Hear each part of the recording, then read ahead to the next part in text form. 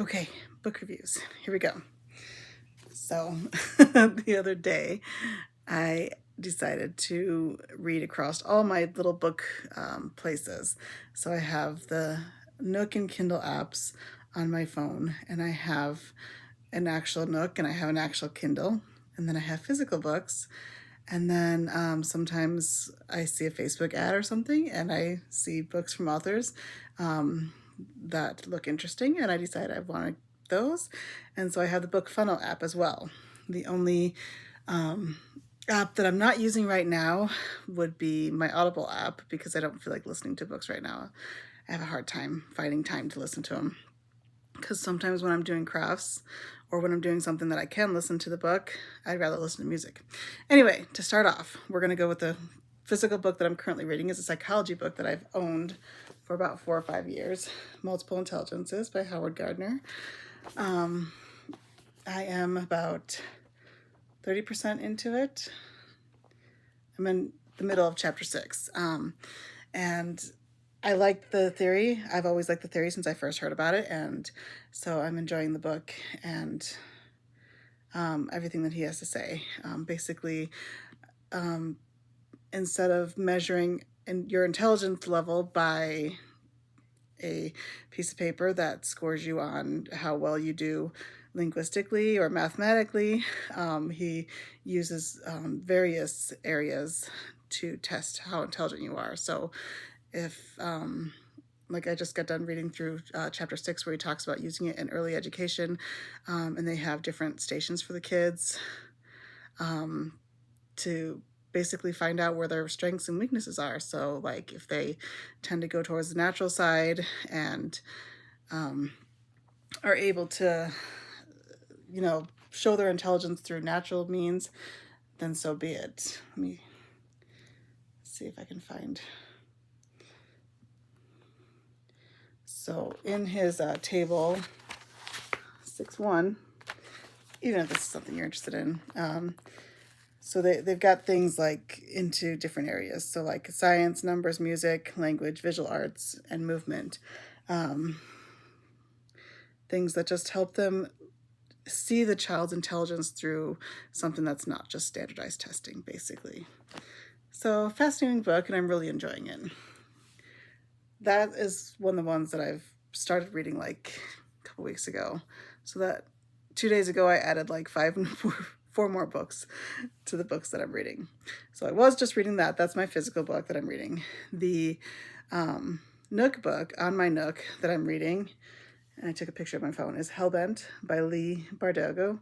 I don't know how to pronounce her last name, but this is the one, this is the author who authored the Grishaverse, so Shadow and Bone series with Alina Starkov and Nikolai Lantsov and Kaz Brecker, characters like that. So this is her duology that she has, Alex Stern duology, and we're looking at basically Yale, maybe the darker, more supernatural side of Yale. This is the second book in her series. So the first book is called The Ninth House. And on the Yale campus, there is 8 houses, each with a different discipline of magic, or supernatural magic. Magic is supernatural. So there's 8 different houses, and Alex Stern is in the 9th house, the left house, basically the checks and balances for all those other houses. And of course, it's a secret society, I guess you could say, kind of like the back alley of of Yale campus. And so it's been fun, an interesting read. I really enjoyed it. I like it. And since reading the Grishaverse, I've decided Leigh Bardugo is one of those authors that maybe I would like all of her books. And apparently I do, thus far. The next book is on the Kindle app on my phone. And it's a series that I'm rereading. This is the second book in the Spoken Mage series by Melanie Cellier. And I love Melanie Cellier. She is another author that I have all of her books. And I'm subscribe basically to her website so that I can get updated news about when she comes out with a new book or a new series. So The Spoken Mage is basically in a world where mages have to write out their spells on a piece of paper, and they have to carry them around with them, choose the right one, and then tear it in order for that magic to be released.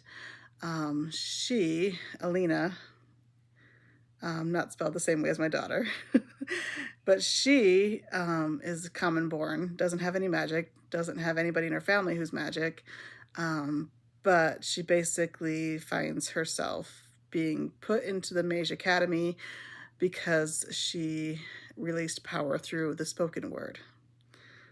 So the whole series centers around her doing that. And then the next series is based on her daughter, who seems to not have any power. I actually read that one. That one's called the Hidden Mage series. But that one, I read that one before I read the Spoken Mage series. So you do not have to read these in order. You don't have to read the Spoken Mage series before the Hidden Mage series, but you do have to read them in order of their individual series to get the story down. So Voice of Command, second book in her Spoken Mage series. There's 4 books. And like I said, I'm rereading it because I was thinking about it and I was like, I feel like reading that again. And that one I started 2 days ago because I was like, apparently I need more books to read at one time. The next one is the book I'm reading on my Kindle device itself. And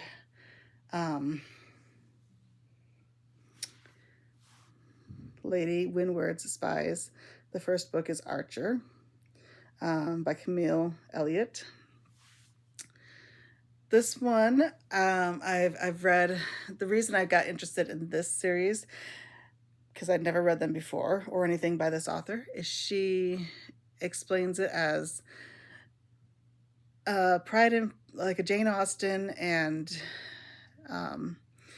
Mission Impossible mashup.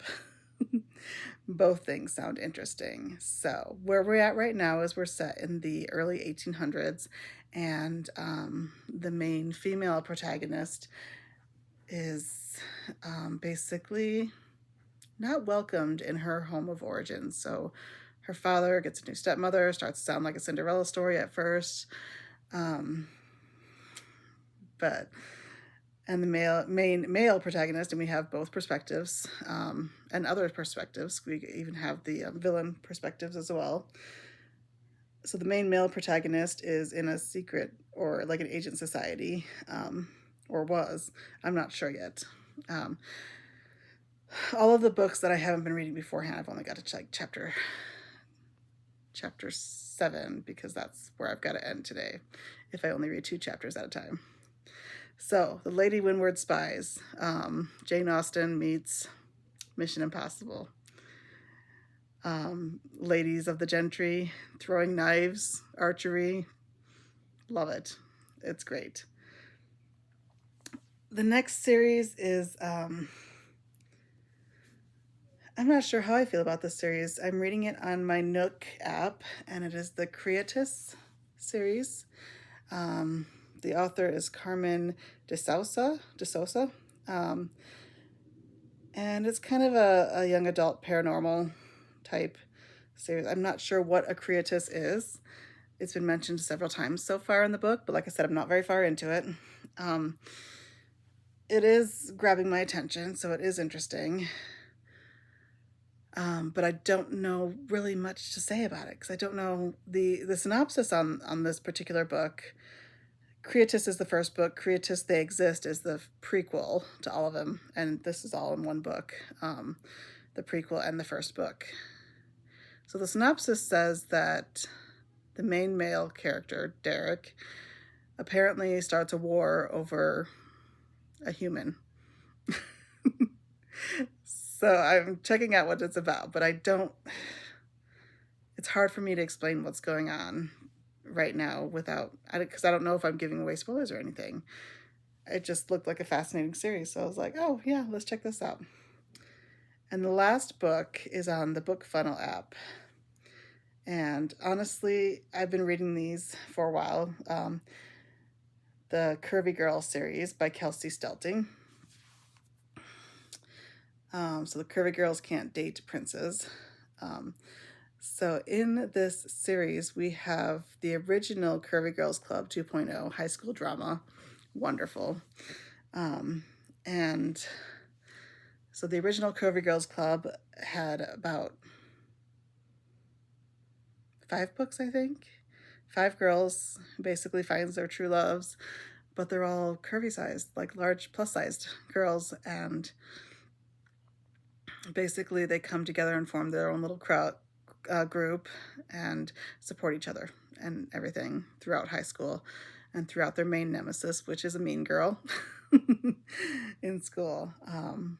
So this one currently, she is in the Curvy Girl 2.0 club. So the next generation, I guess you could say, the main Curvy Girl club had just barely graduated. They are the next seniors coming up. So this is their senior year.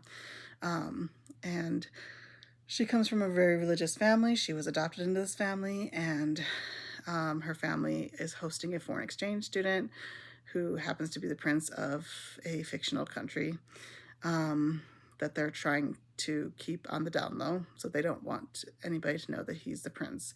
So he's under a false name, and he's a foreign exchange student with them. And well, you know, they're gonna fall in love and everything, but right now it's forbidden love, as it's supposed to be. And the nice thing about this one is it's both perspectives, her perspective and his perspectives. In the previous ones, it was just her perspective. Curvy Girls Can't Date Best Friends, I believe that was both perspectives as well. But I also have the bonus book, which is basically a book that Kelsie Stelting included with the series when I got it, that included all the bonus chapters and scenes and such from all the books in the series. So I basically go through that book and make sure that I know what the next bonus chapter is, I guess, so that I can figure out when I'm supposed to stop reading that book and then go to the bonus section. Sometimes I just wish that authors would just include everything. So those are the books I'm reading right now. I'll give you the final down low review, I guess you could say, when I am done with each book.